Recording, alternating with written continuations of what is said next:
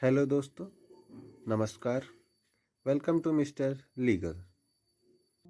तो जैसा कि मैं पिछले वीडियो में बताया था कि मैं आपको लीगल टिप्स के साथ साथ भारत और विदेशों में मौजूद अनेकों ऐतिहासिक स्थानों के महत्व को बताऊंगा। तो आज हम शुरू करते हैं चित्रकूट धाम से और आइए चलिए प्रस्थान करें चित्रकूट धाम की ओर।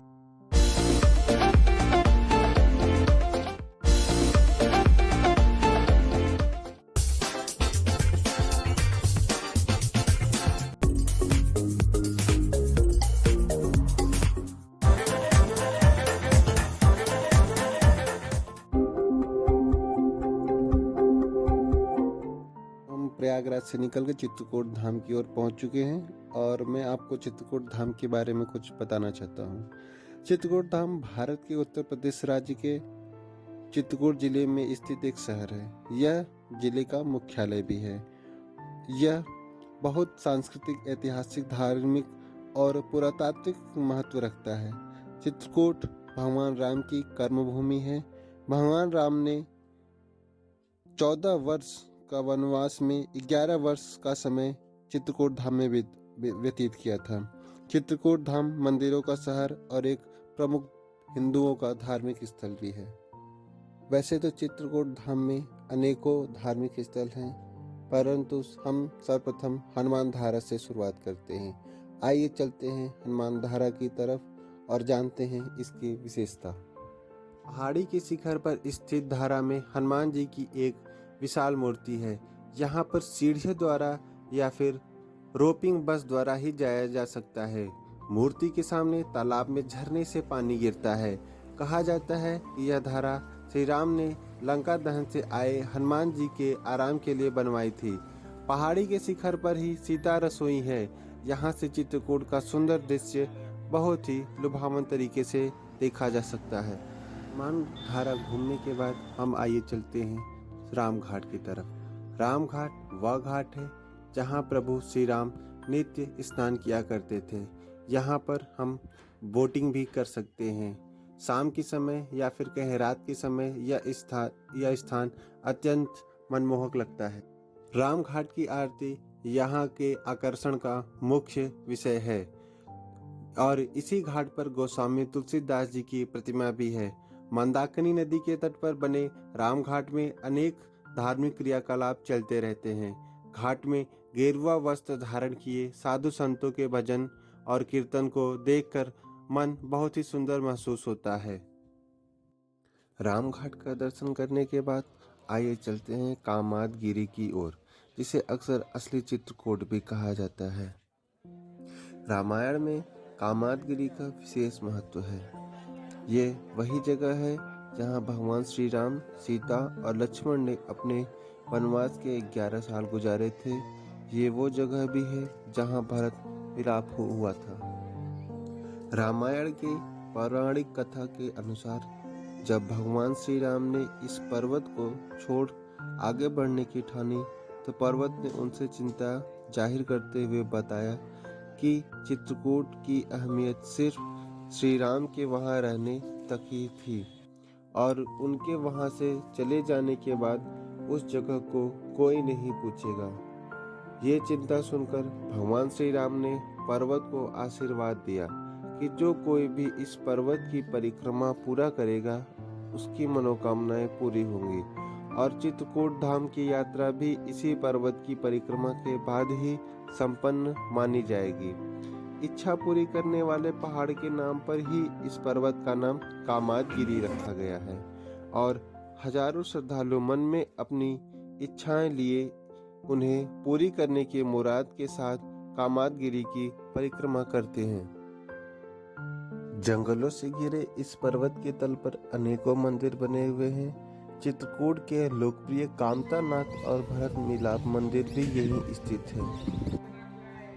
कामतानाथ मंदिर की परिक्रमा करते हुए आपको अनेकों प्राकृतिक नज़ारे देखने को मिलेंगे, जैसे बंदरों का खेलना, गाय बकरियों का आपस में मित्रता या फिर कामादगिरी के रास्ते में मिलने वाले उन सैकड़ों हजारों मंदिरों की।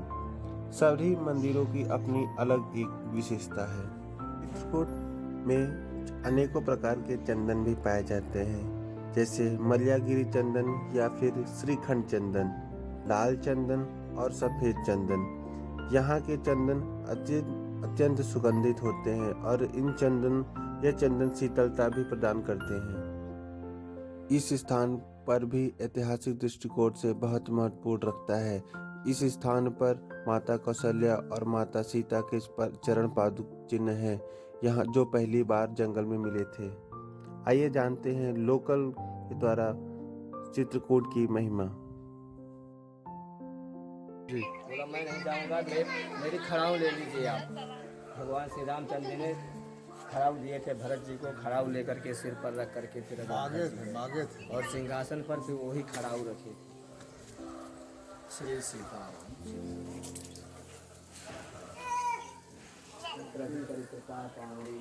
तो आप देख सकते हैं चित्रकूट हमारे राम जी के इतिहास का साक्षात वर्णन है, जो इन महाशय द्वारा बताया जा सका। आपका क्या नाम है?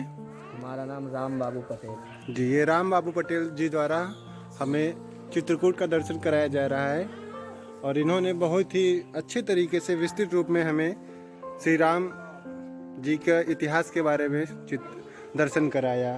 हमें यहाँ पे राम चरण चिन्ह, भरत मिलाप चरण चिन्ह, माता सीता कौशल्या मिलाप चिन्ह और उसके पीछे शत्रुघ्न और लक्ष्मण चरण चिन्ह दिखाएं। आप देख सकते हैं माँ चरण गंगा, और ये देख सकते हैं आप कामटगिरी पर्वत। 11.5 बरस यहाँ पे सीता जी राम जी निवास किए थे। आप देख सकते हैं यह स्थान लक्ष्मण पहाड़ी के नाम से जाना जाता है। आइए जानते हैं इसकी विशेषता। फिर उसने वही बाण को नीचे छोड़ दिया पर्वत पर, तो वहाँ से पानी निकल आया। वो लक्ष्मण पहाड़ी जानते हैं। अगर वहाँ जाना है जी तो 151 सीढ़ी जाना है। 151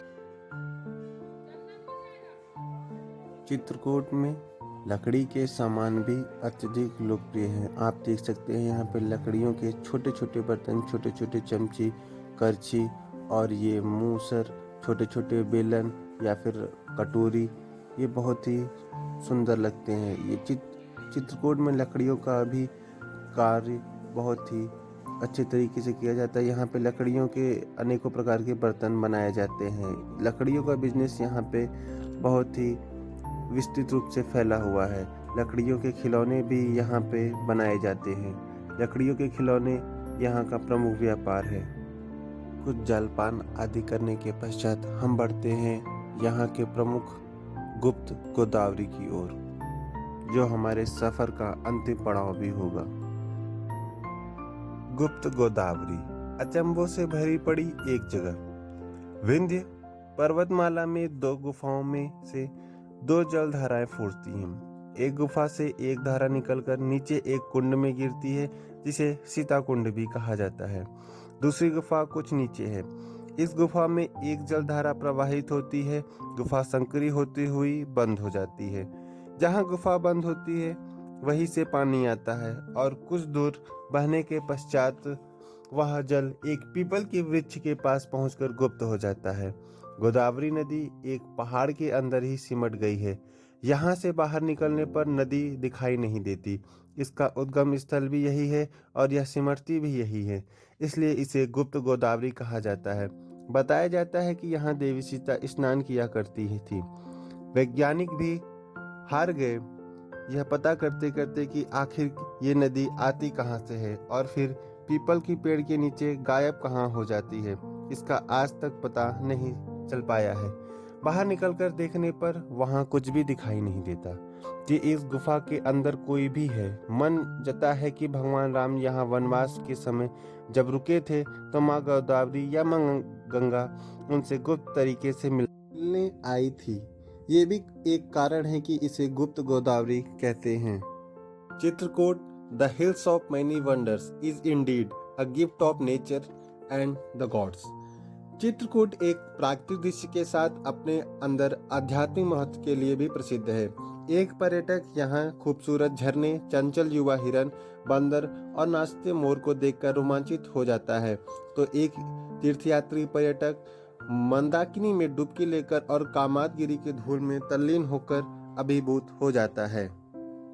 इसी के साथ हम चित्रकूट का सफ़र समाप्त करते हैं। आशा है आपको यह वीडियो बहुत पसंद आई होगी तथा मैं आपसे निवेदन करना चाहता हूं कि आप भी चित्रकूट आइए और श्री राम के संघर्षों से कुछ सीखिए तथा श्री राम के जीवन से अपने आप को कनेक्ट करिए। साथ ही ऐसे ही अन्य वीडियो को देखने के लिए आप मेरे चैनल को सब्सक्राइब, लाइक, कमेंट तथा शेयर कर सकते हैं। सब्सक्राइब करें मिस्टर लीगल। तब तक के लिए आप मेरे लीगल फैमिली से जुड़िए और इसको बड़ा बनाइए। आप सभी का वीडियो देखने के लिए बहुत बहुत धन्यवाद।